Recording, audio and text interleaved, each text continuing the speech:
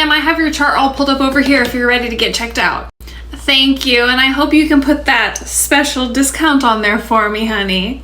What special discount are you referring to? Well, I just overheard the lady that was in front of me say that she got a $20 off coupon in the mail, and I was hoping that you could just go ahead and apply the same one to my account as well. Yes, she had a $20 credit on her account for a referral that she did, and her friend successfully came in and established care with us for their pet. So you are more than welcome to, if you have a referral, to have them come in, and once they come in and see us, I'll be happy to apply a $20 credit on your account. That's a lot of words. I do have lots of friends though, so how about you just give me the $20 off in good faith?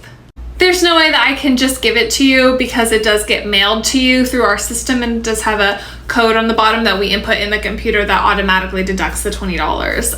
Yeah, but for today, it's just gonna be $225. Is that cash or card? You mean $205, right? Look at all my Facebook friends. I know for a fact that somebody's gonna wanna come in here. If you just give me the $20, I'd be happy to post in my mom's group that y'all are a vet clinic. That's great that you have a lot of Facebook friends, but again, I can't just give you the $20 off. It is $225 today. If you don't give me the $20 off, I am not gonna be telling my Facebook group about this vet clinic. Okay, $20 is not worth me losing my job by creating some kind of fake discount for you to have.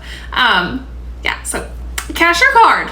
I guess I'll pay card, but this is completely ridiculous. Y'all need to have a better system for your established clients instead of trying to promote clients to come here that are new. Well, the referral promotion does both. You know, once you refer a new client to us, we do give you $20 off your next visit. So thank you for your payment. Would you like your receipt printed or emailed? Thank you for calling the vet clinic the exact second we open. How may I help you? No, it's not a good morning. I've been calling and calling and calling. Good morning to you too. Yes, ma'am, our phones did just turn off night mode a second ago. How may I help you? I don't understand. Y'all aren't in the practice of picking up the phone or returning voicemails or even listening to the voicemails. Do you even know who's calling right now? Yeah, I have no idea who this is. So if you don't mind just giving me your first and last name, I can look you up in the system and help you from there. Doesn't look like we have any voice mails. So what can I do for you? I have a very emergent situation going on, and I've been trying to call you guys all night and all morning to deal with this. I don't understand what the issue is. Ma'am, it is 7 a.m. and you're screaming at me in the morning.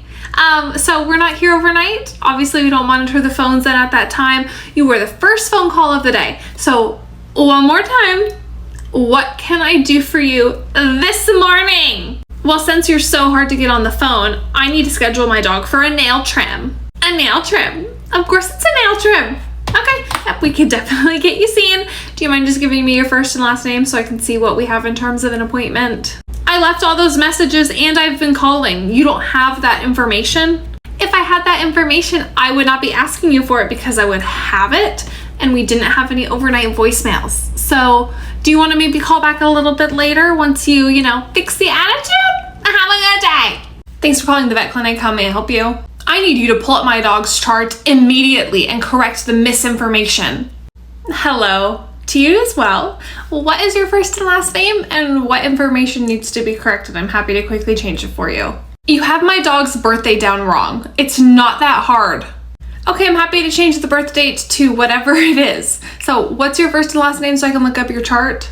It's just ridiculous because I specifically brought in the records from the breeder and it has his date of birth on there, and now I'm getting a happy birthday card for my dog and it's not even on the right day. So who puts in the information into your system? Because clearly they need to figure out how to type. Ma'am, what is your first and last name so I can at least look up your chart? It is Karen Smith and my pet's name is Floofy Doofy. Do you know how to spell that, or do you need me to spell out Smith for you? You're lovely. You're lovely. So it looks like we have your dog's birthday down as today, July 10th, 2021. And that looks like that's the same birthday on your breeder records. So what's your dog's birthday? And I can change it. That's incorrect. Change it to what it says on the breeder records. I hear you, but that is the date on the breeder records. So do you have a specific date that you want it changed to, or is this information accurate and everything's okay? I need you to send me a copy of the breeder records immediately because I know for a fact this is not my dog's birth date. This is not the day that he was born. Ma'am, whatever you want his date of birth to be, that's how we can have it in the system. So just let me know if you have a particular date that you're really wanting, or if the breeder records are in fact correct. Have a good day. Welcome into the vet clinic. How may I help you? Wow, those are quite a lot of tattoos that you have. Thank you. I'm gonna take that as a compliment. What's your pet's name so I can get you checked in? Well, what do they mean? Do they have meaning behind them? Some of them have meaning, but not all of them. So again, what's your first and last name? So you went and got something marked on your body permanently. You do know they're permanent, right? That has little to no meaning to you at all? Not that it's much of your business. Some of them have a lot of meaning that I would never talk to a stranger about, and then some of them have no meaning because I just thought that they were pretty, and I liked the style. So what is your first and last name? I personally would never get a tattoo on my body that was forever, that I wasn't comfortable sharing the meaning of with everybody. You have it on your body. That means you're seeking some kind of attention or validation. So just tell me the meaning of it. What does it mean to you? Why did you get it done? Ma'am, this is a vet clinic. Yeah. So I'm just gonna go ahead and assume from the schedule that you are the 3:30 appointment. I'm gonna go ahead and get you checked in with Henderson, so you can just take a seat, because we're not gonna be talking about my tattoos anymore. Have a good day. Don't get defensive, because that probably means there's a hint of regret lingering. Your tattoos are very artful, and I guess art is subjective to the viewer. So I'm gonna take a seat with my dog. Just food for thought. Food for thought. Food for thought. Okay, yeah. Take a seat. I hate to break this to some of y'all, but you weren't born in the wrong century. You were born in the wrong social class.